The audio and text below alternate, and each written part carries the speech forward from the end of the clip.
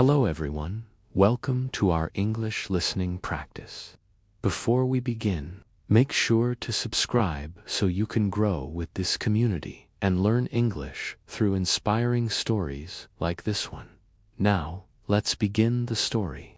Thomas left a voice message every birthday. It wasn't by choice that he was gone. Life had cracked apart in ways he couldn't fix. When Ava was 10, her parents argued every night. Their small house seemed to close in on them. Thomas lost his job shortly after. He felt worthless. In his fear, he turned to wine, not much at first, but enough for things to spiral. Bills piled up. Rent was late. One cold morning, Ava's mother packed their things and left for the city with Ava. They didn't say a proper goodbye. Thomas watched them drive away and felt like his heart was buried with them. For a long time, he didn't reach out. Shame weighed heavily. But eventually he realized, if I stay silent, our silence will last forever. He cleaned up, got a stable job in another town, and worked hard to rebuild. Still, he feared Ava's anger, and yet every birthday he pressed record. Birthday 11. Happy birthday, sweetheart. I'm sorry I'm not there. I remember how you used to laugh at chickens in the yard. He ended softly. I love you. No reply. Birthday 12, 13, 14. Same routine, same story. Every year, a new promise. I'm working, so one day we can be together again. Years passed. Ava changed to in the city. She lived with her mother, quietly. Her mom worked 2 jobs, day shifts at a grocery store, nights at a small hotel.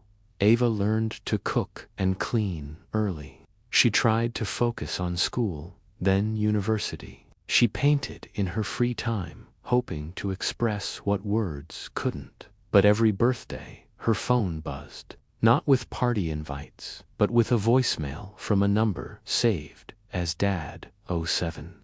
She would look at the screen, her finger hovering over the play button. Anger, hurt, and longing crashed together inside her. She swiped it aside. Maybe next birthday, she would think. But she never listened. Then came her 18th birthday. She sat alone in her small apartment, painting by the window. No cake, no candles, just quiet. The silence felt heavy. Her phone buzzed. Dad. 07, 12:03 a.m. She stared at it. Eventually, she pressed play. A soft voice. Happy birthday, Ava. I wish I could bring you cake today. I wish I could see your smile. I love you, and I've wanted to tell you that your laughter always warms my heart. His voice trembled. She paused the recording and stared at the ceiling. Tears filled her eyes. She couldn't listen anymore. She left the room and sat in silence. That night, she wrote in her journal, he's still here. Somehow, after all this time, he's still here. 4 more voicemails came over the next birthdays, each one braver, softer. Then, on her 24th birthday, she felt different. She had just finished her first job after university and art show with her paintings. She was exhausted, happy, and a little lost. At 3 a.m., her phone buzzed. Dad -7, 3:01 a.m. She stared for a long moment, then she pressed play. Thomas's voice. Hi, sweetheart. Today you turned 24. That's grown past the little girl who laughed at chickens. I'm so proud. I wish I could tell you in person. I'm so sorry I missed so much, and I miss you, always. She sat on her bed and listened. She finally listened. The next day, she called him. Thomas's phone rang and rang. He froze. What if she hung up? Instead, he heard, Hello, Dad, he answered, his voice cracking. Ava, she whispered. I listened. All of them, he said. I'm sorry. She said, I'm sorry too, but I want to meet. They spoke for hours. He learned she loved painting animals. She learned he'd cleaned his life up years ago. He told her he never stopped hoping. They cried together over their phone screens. 2 weeks later, Thomas boarded a train to her city. His suitcase was heavy with old sketches of her and a small cake. When he knocked on her door, she opened it, her eyes wide. He was thinner, older, but his eyes were hers.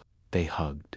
She didn't let go. He finally saw her, truly saw her. In her living room, they baked a simple cake together.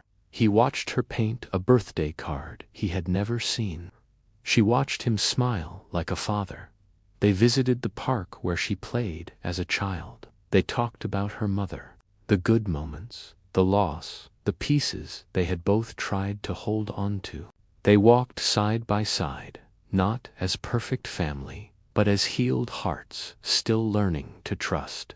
This story teaches us healing takes courage. Love doesn't vanish with distance. Kind words can open closed doors. Even phone calls can rebuild bridges for English learners. You heard phrases like, I'm sorry, I miss you, I'm proud of you, and verbs like recorded, cleaned up, pressed, listened, froze, whispered, baked, spoken through a real, emotional journey.